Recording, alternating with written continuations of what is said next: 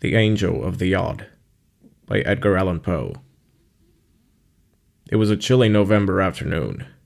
I had just consummated an unusually hearty dinner, of which dyspeptic truth formed not the least important item, and was sitting alone in the dining room with my feet upon the fender, and at my elbow a small table which I had rolled up to the fire, and upon which were some apologies for dessert, with some miscellaneous bottles of wine, spirit, and liqueur. In the morning, I had been reading Glover's Leonidas, Wilkie's Epiganiad, Lumberton's Pilgrimage, Barlow's Columbiad, Tuckerman's Sicily, and Griswold's Curiosities. I am willing to confess, therefore, that I now felt a little stupid. I made effort to arouse myself by frequent aid of Lafitte, and all failing, I betook myself to a stray newspaper in despair. Having carefully perused the column of houses to let and the column of dogs lost, and then the columns of wives and apprentices runaway, I attacked with great resolution the editorial matter, and reading it from beginning to end without understanding a syllable, conceived the possibility of it being Chinese, and so reread it from the end to the beginning, but with no more satisfactory result. I was about throwing away in disgust this folio of 4 pages, happy work, which not even critics criticize, when I felt my attention somewhat aroused by the paragraph which follows. The avenues to death are numerous and strange. A London paper mentions the decease of a person from a singular cause. He was playing at Puff the Dart, which is played with a long needle inserted in some worsted and blown at a target through a tin tube. He placed the needle at the wrong end of the tube and, drawing his breath strongly to puff the dart forward with force, drew the needle into his throat. It entered the lungs and in a few days killed him. Upon seeing this, I fell into a great rage without exactly knowing why. "This thing," I exclaimed, "is a contemptible falsehood, a poor hoax, the lees of the invention of some pitiable penny-a-liner, of some wretched concocter of accidents in Cocaina.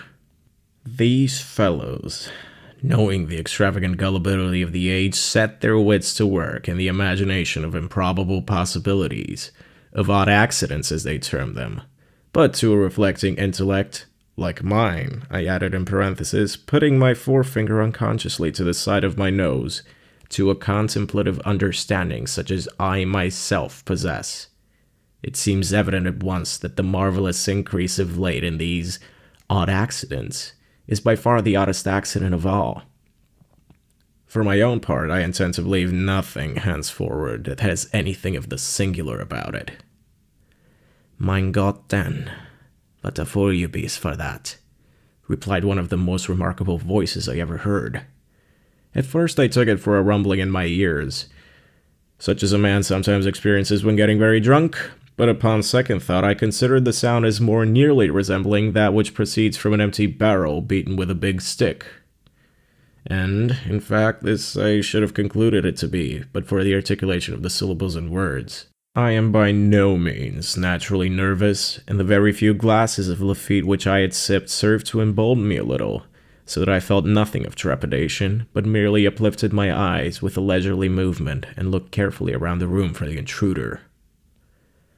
I could not, however, perceive anyone at all. Resumed the voice as I continued my survey. "You must be so drunk as the pig, then, for not see me as I sit here at your side." Hereupon I bethought of me looking immediately before my nose, and there, sure enough, confronting me at the table sat a personage nondescript, although not altogether indescribable. His body was a wine-pipe or a rum-puncheon, or something of that character, and had a truly Falstaffian air. In its nether extremity were inserted 2 kegs, which seemed to answer all the purposes of legs. For arms, there dangled from the upper portion of the carcass 2 tolerably long bottles with necks outward for hands. All the head that I saw the monster possessed of was one of those Hessian canteens which resemble a large snuff-box with a hole in the middle of the lid. This canteen, with a funnel on its top like a cavalier cap slouched over the eyes, was set on edge upon the puncheon, with the hole toward myself. And through this hole, which seemed puckered up like the mouth of a very precise old maid, the creature was emitting certain rumbling and grumbling noises which he evidently intended for intelligible talk. "I say," said he, "you must be drunk as the pig, for sit there and not see me sit here. And I say too, you must be bigger fool as the goose for to disbelieve what is print in the print. 'Tis the truth, that it is, every word of it." "Who are you, pray?" said I with much dignity, although somewhat puzzled. "How did you get here? And what is it you are talking about?" "As for how I come here," replied the figure, "that is none of your business. And as for what I be talking about, I be talk about what I think proper. And as for who I be, why, that is the very thing I come here for to let you see for yourself." "You are a drunken vagabond," said I, "and I shall ring the bell and order my footman to kick you into the street." said the fellow. "That you can't do." "Can't do?" said I. "What do you mean? I can't do what?" "Ring the bell," he replied, attempting a grin with his little villainous mouth. Upon this, I made an effort to get up in order to put my threat into execution, but the ruffian just reached across the table very deliberately and, hitting me a tap on the forehead with the neck on one of the long bottles, knocked me back into the armchair from which I had half arisen. I was utterly astounded and for a moment was quite at a loss what to do. In the meantime, he continued his talk. "You see," said he, "it is the best for sit still, and you shall know who I be. Look at me. See? I'm the angel of the odd." "And odd enough too," I ventured to reply, but I was always under the impression that an angel had wings. "The wing!" he cried, highly incensed. "What I do with the wing? Mein Gott, do you take me for a chicken?" "No, oh no," I replied, much alarmed. "You are no chicken. Certainly not." "Well then, sit still and behave yourself, or I'll rap you again with my fist. It is a chicken up the wing, and the owl up the wing, and the imp up the wing, and the head teufel up the wing, the angel up not the wing, and I am the angel of the odd." "And your business with me at present is my business," ejaculated the thing. "Fie, what a low-bred puppy you must be for to ask a gentleman and an angel about his business." This language was rather more than I could bear, even from an angel.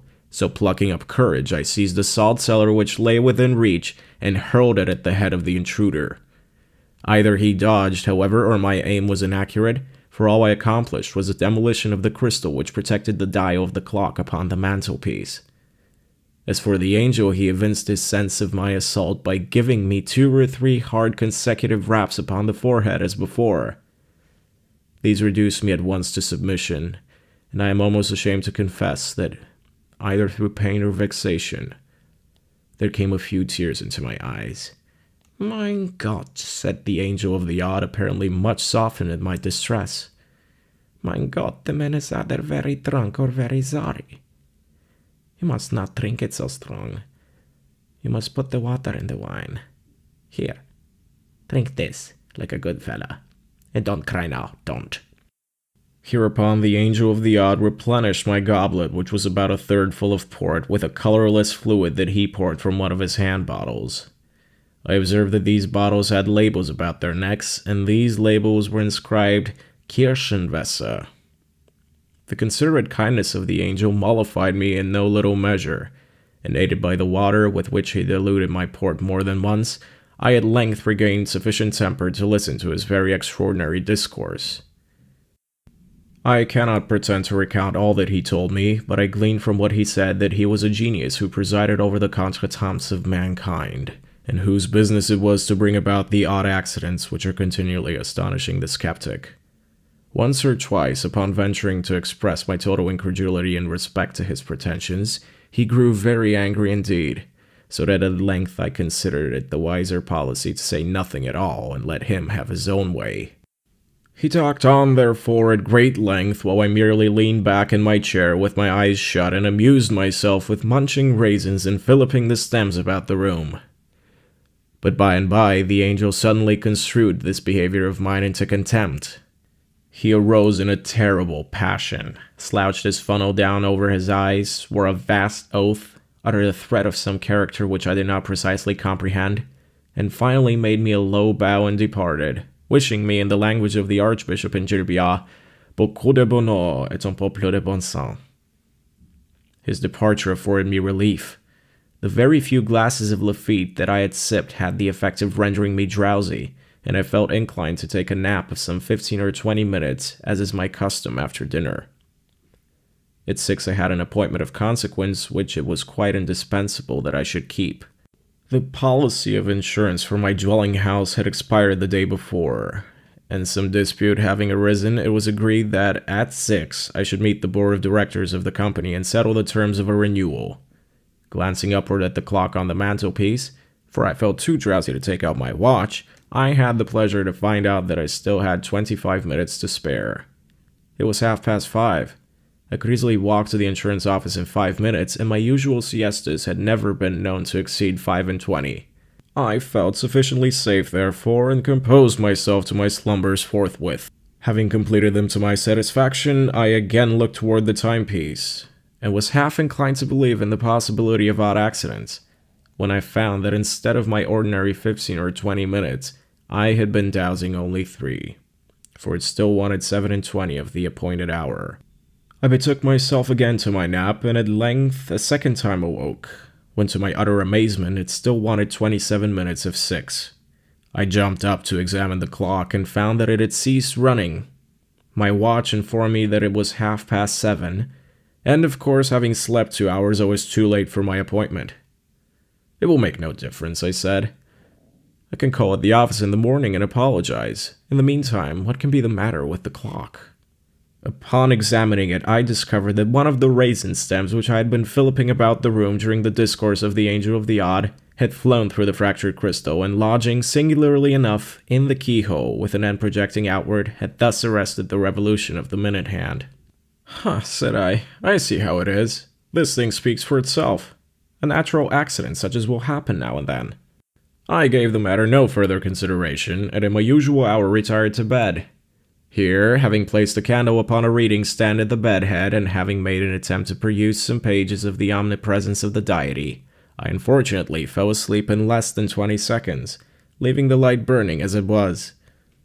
My dreams were terrifically disturbed by visions of the Angel of the Odd. Methought he stood at the foot of the couch, drew aside the curtains, and in the hollow, detestable tones of a rum puncheon, menaced me with the bitterest vengeance for the contempt with which I had treated him. He concluded a long harangue by taking off his funnel cap, inserting the tube into my gullet, and thus deluging me with an ocean of Kirschenwasser, which he poured in a continuous flood from one of the long-necked bottles that stood him instead of an arm. My agony was at length insufferable, and I woke just in time to perceive that a rat had run off with the lighted candle from the stand, but not in a season to prevent his making his escape with it through the hole. Very soon a strong, suffocating odor assailed my nostrils. The house, I clearly perceived, was on fire. In a few minutes, the blaze broke forth with violence, and in an incredibly brief period the entire building was wrapped in flames. All egress from my chamber, except through a window, was cut off. The crowd, however, quickly procured and raised a long ladder. By means of this I was descending rapidly and in apparent safety, when a huge hog, about whose rotund stomach, and indeed about whose whole air and physiognomy, there was something which reminded me of the Angel of the Odd. When this hog, I say, which hitherto had been quietly slumbering in the mud, took it suddenly into his head that his left shoulder needed scratching, and could find no more convenient rubbing post than that afforded by the foot of the ladder. In an instant I was precipitated, and had the misfortune to fracture my arm. This accident, with the loss of my insurance, and with the more serious loss of my hair, the whole of which had been singed off by the fire, predisposed me to serious impressions, so that finally I made up my mind to take a wife. There was a rich widow disconsolate for the loss of her seventh husband, and to her wounded spirit I offered the balm of my vows. She yielded a reluctant consent to my prayers. I knelt at her feet in gratitude and adoration. She blushed and bowed her luxuriant tresses into close contact with those supplied me temporarily by Grand John. I know not how the entanglement took place, but so it was. I arose with a shining pate, wigless, she in disdain and wrath half buried in alien hair. Thus ended my hopes of the widow by an accident which could not have been anticipated, to be sure, but which the natural sequence of events had brought about. Without despairing, however, I undertook the siege of a less implacable heart. The fates were again propitious for a brief period, but again a trivial incident interfered. Meeting my betrothed in an avenue thronged with the elite of the city, I was hastening to greet her with one of my best considered bows, when a small particle of some foreign matter lodging in the corner of my eye rendered me for the moment completely blind. Before I could recover my sight, the lady of my love had disappeared, irreparably affronted at what she chose to consider my premeditated rudeness in passing her by ungreeted. While I stood bewildered at the suddenness of this accident, which might have happened nevertheless to anyone under the sun, and while I still continued incapable of sight, I was accosted by the Angel of the Odd, who proffered me his aid with a civility which I had no reason to expect. He examined my disordered eye with much gentleness and skill, informed me that I had a drop in it, and whatever a drop was, took it out, and afforded me relief. I now considered it high time to die, since fortune had so determined to persecute me, and accordingly made my way to the nearest river.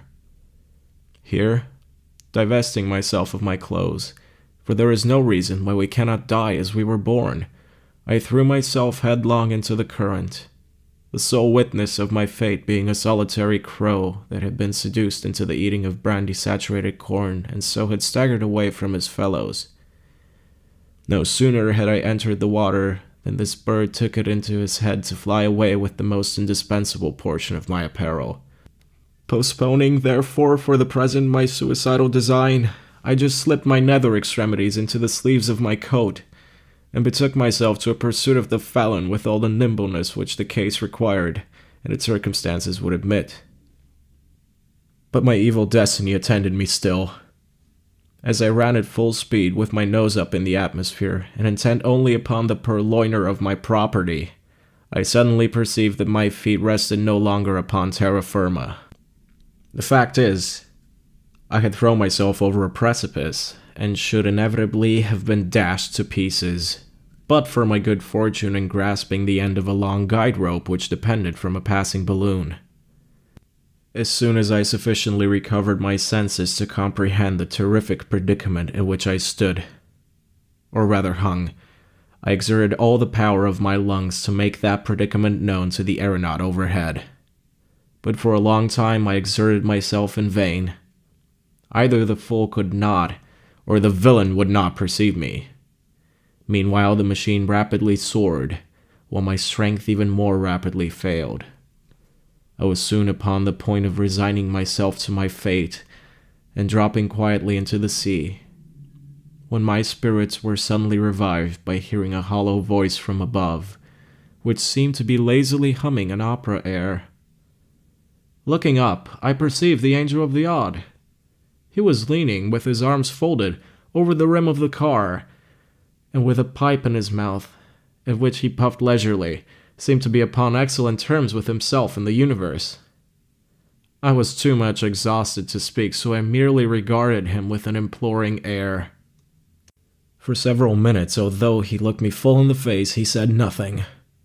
At length, removing carefully his meerschaum from the right to the left corner of his mouth, he condescended to speak. "Who be you?" he asked, "and what der Teufel you be do there?" To this piece of impudence, cruelty, and affectation, I could reply only by ejaculating the monosyllable, "Help!" "Help!" echoed the ruffian. "Not I. There is the bottle. Help yourself. Und be damned." With these words, he let fall a heavy bottle of Kirschenwasser, which, dropping precisely upon the crown of my head, caused me to imagine that my brains were entirely knocked out. Impressed with this idea, I was about to relinquish my hold and give up the ghost with a good grace, when I was arrested by the cry of the angel, who bade me to hold on. "Hold on," he said. Don't be in a hurry, don't. Will you take the other bottle? Or have you got sober yet, and come to your senses? I made haste hereupon to nod my head twice, once to the negative, meaning thereby that I would prefer not taking the other bottle at present, and once in the affirmative, intending thus to imply that I was sober and had positively come to my senses. By these means I somewhat softened the angel. Won't you believe then, he inquired, at the last? You believe then in the possibility of the odd? I again nodded my head in assent. Won't you have belief in me, the angel of the odd? I nodded again. Won't you acknowledge that you be the blind drunk and the fool? I nodded once more. Put your right hand into your left breeches pocket then, in token of your full submission unto the angel of the odd. This thing, for very obvious reasons, I found it quite impossible to do. In the first place, my left arm had been broken in my fall from the ladder, and therefore, had I let go with the right hand, I must have let go altogether. In the second place, I could have no breeches until I came across the crow. I was therefore obliged, much to my regret, to shake my head in the negative, intending thus to give the angel to understand that I found it inconvenient, just at the moment, to comply with his very reasonable demand. No sooner, however, had I ceased shaking my head than, "Go to the Teufel then!" roared the angel of the odd. In pronouncing these words, he drew a sharp knife across the guide rope by which I was suspended. And as we then happened to be precisely over my house, which, during my peregrinations, had been handsomely rebuilt, it so occurred that I tumbled headlong down the ample chimney and alit upon the dining-room hearth. Upon coming to my senses, for the fall had very thoroughly stunned me, I found it about 4 o'clock in the morning. I lay outstretched where I had fallen from the balloon.